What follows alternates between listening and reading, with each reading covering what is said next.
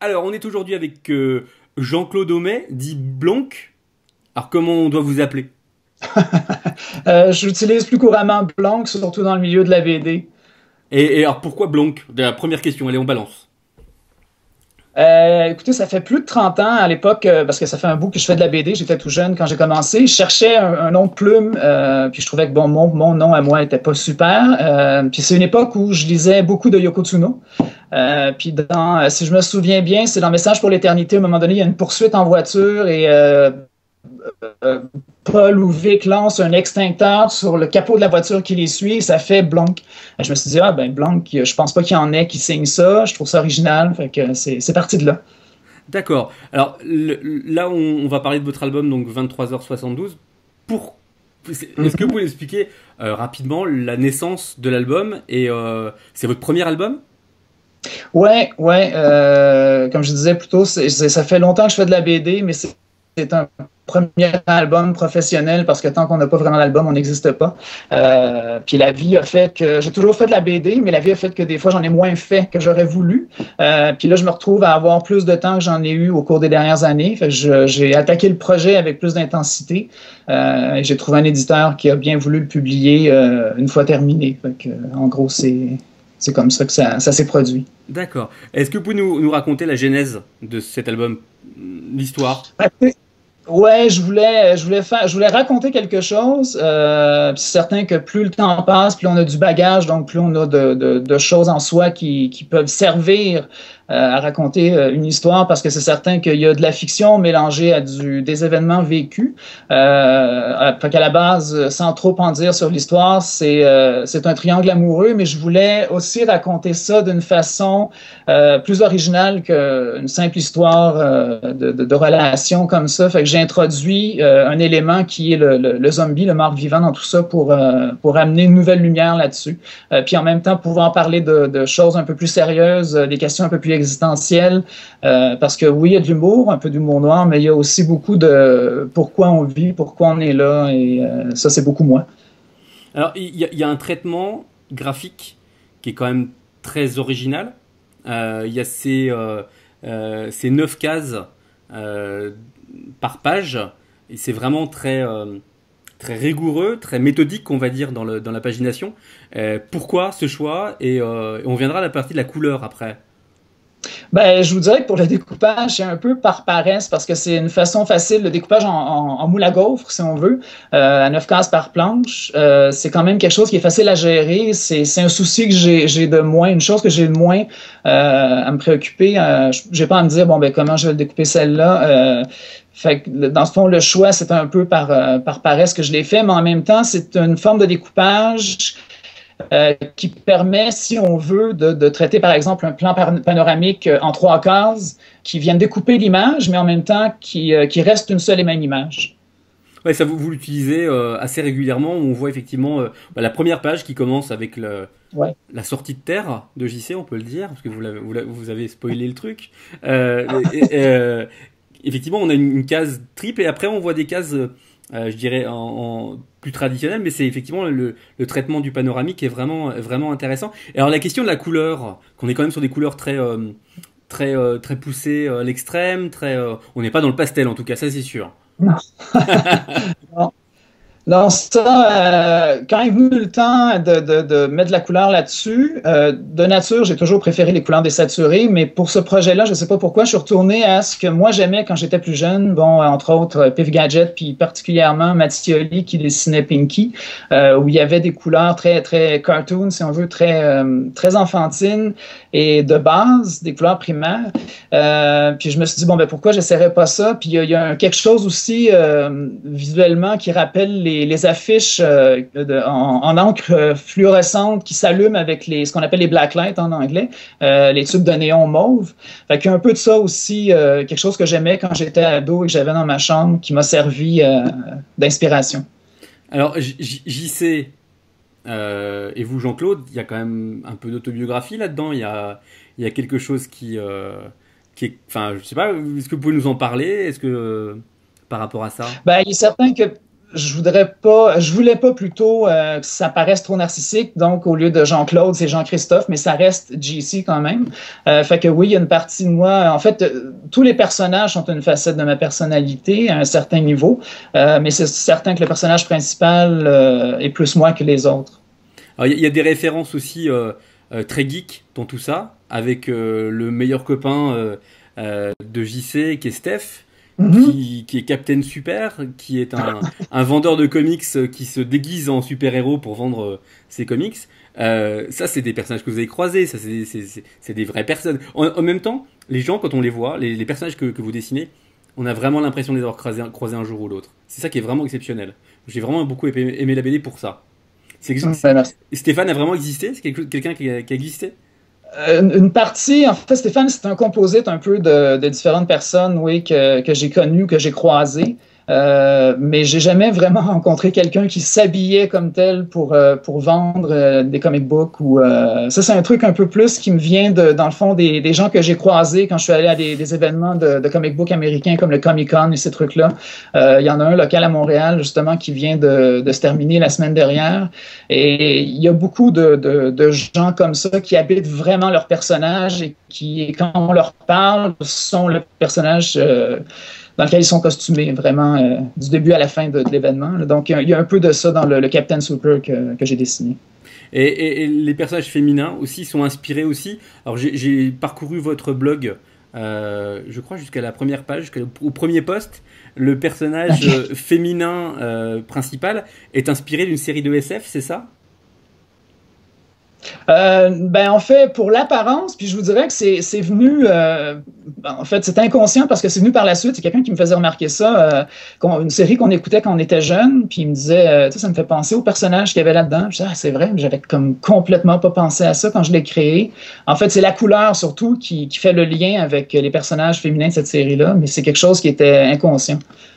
D'accord. Alors, l'album est disponible au Québec depuis combien de temps à peu près?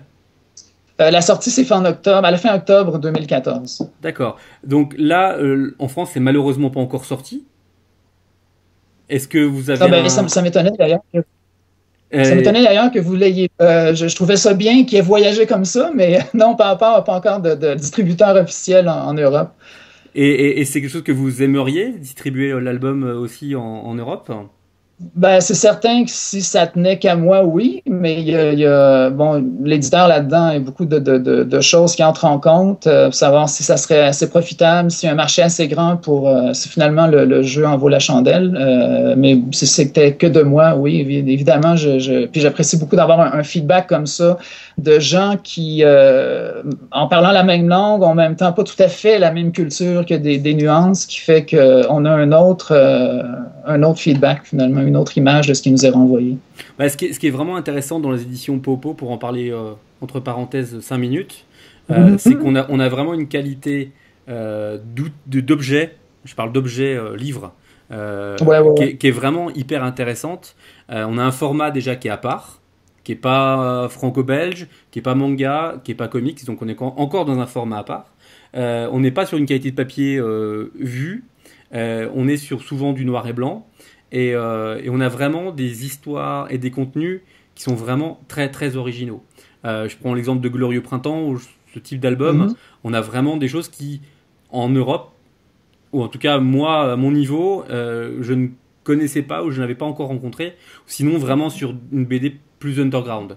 Là on est quand même sur une BD qui est quand même très distribué au Québec, ou en tout cas sur Montréal, et moi je l'ai vu dans les différentes librairies que j'ai faites, et on est vraiment sur des beaux albums qualitatifs à des prix raisonnables, et je pense que c'est vraiment un souhait de Popo d'éditer des choses hyper qualitatives, mais avec un cahier de base qui doit être assez imposé quand même.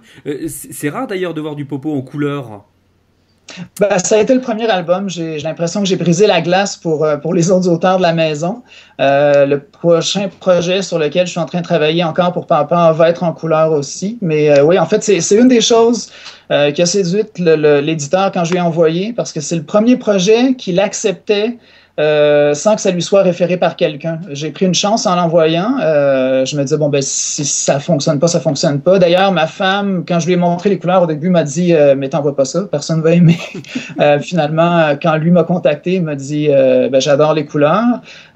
Puis je savais aussi qu'étant donné que c'était le premier qui acceptait de publier en couleur. Bon, il y a quand même une bonne différence de coût au niveau de l'impression. Fait que je lui avais dit, si ça fonctionnait pas, si c'est trop cher, on pourrait le faire en noir et le blanc. Puis il m'avait dit, non, on garde la couleur. C'est impératif qu'on ait ça.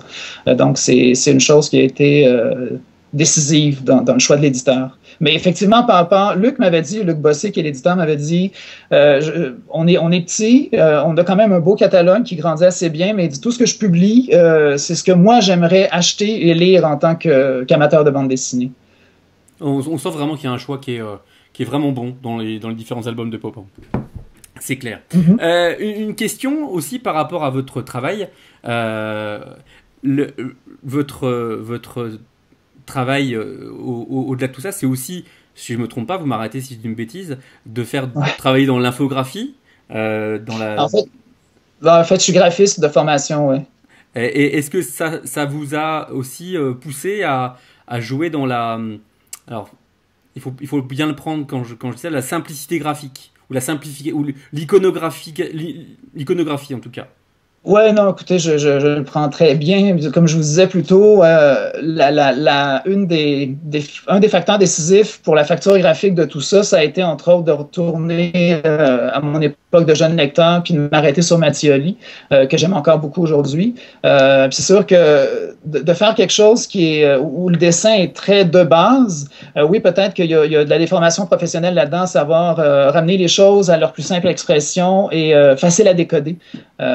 Qu'une voiture, ce soit une boîte avec 4 roues plutôt que quelque chose de très léché comme dessin. Moi, j'ai pas de problème avec ça. Puis ça rend ça un peu plus universel, je pense.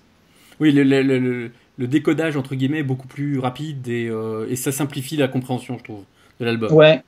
Alors, moi, ce que j'ai trouvé très bien aussi dans l'album, et ça, notre rédacteur Roudou, qui l'a lu aussi en même temps que moi, a trouvé que si au démarrage, l'album partait comme quelque chose d'assez... goguenard entre guillemets, le côté du mec qui sort de sa tombe comme ça,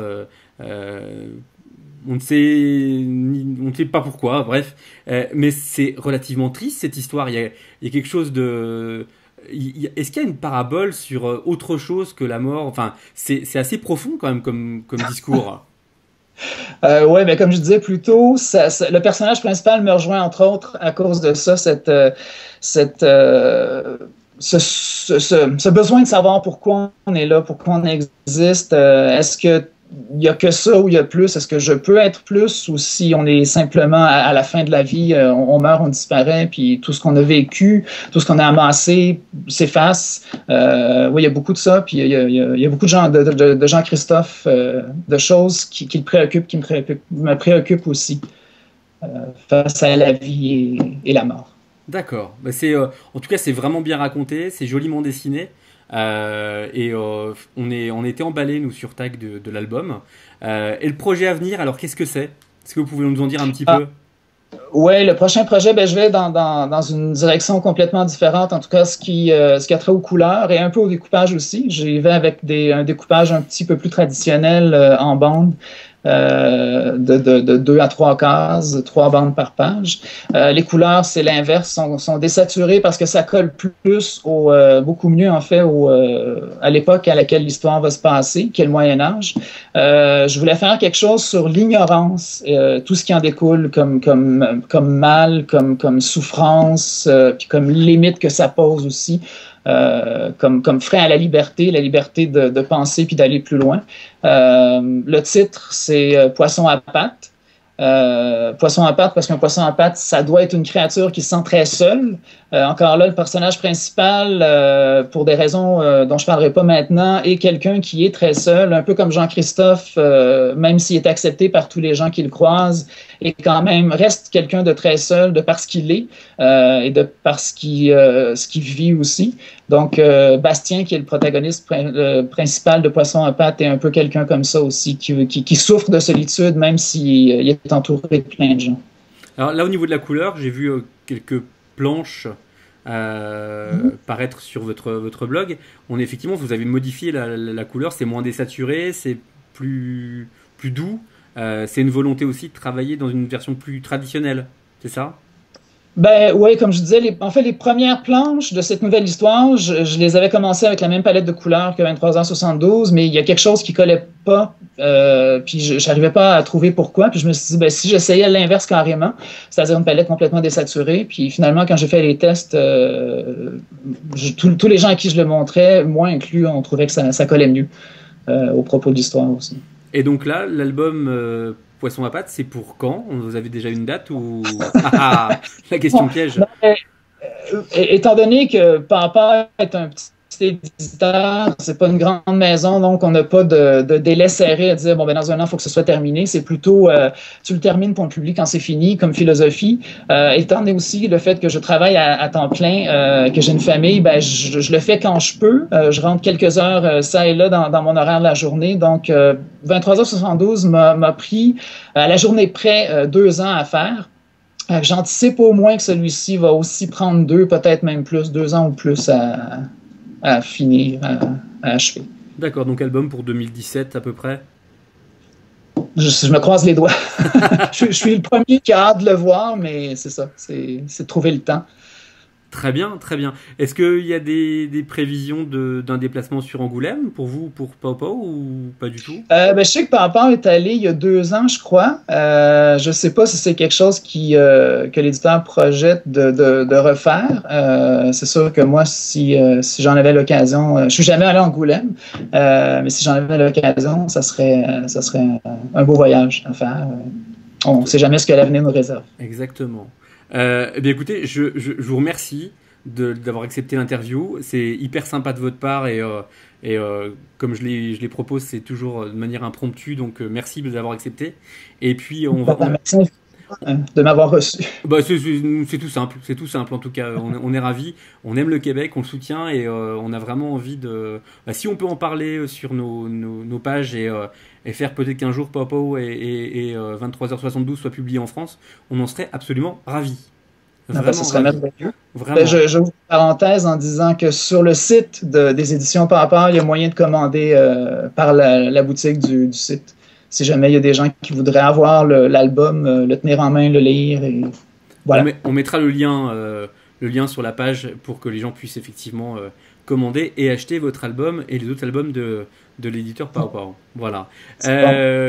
Jean-Claude, merci beaucoup et on espère se rencontrer peut-être un jour un grand merci pour l'interview et à bientôt. Merci Jean-Claude. Merci à vous. Merci. Bonne journée.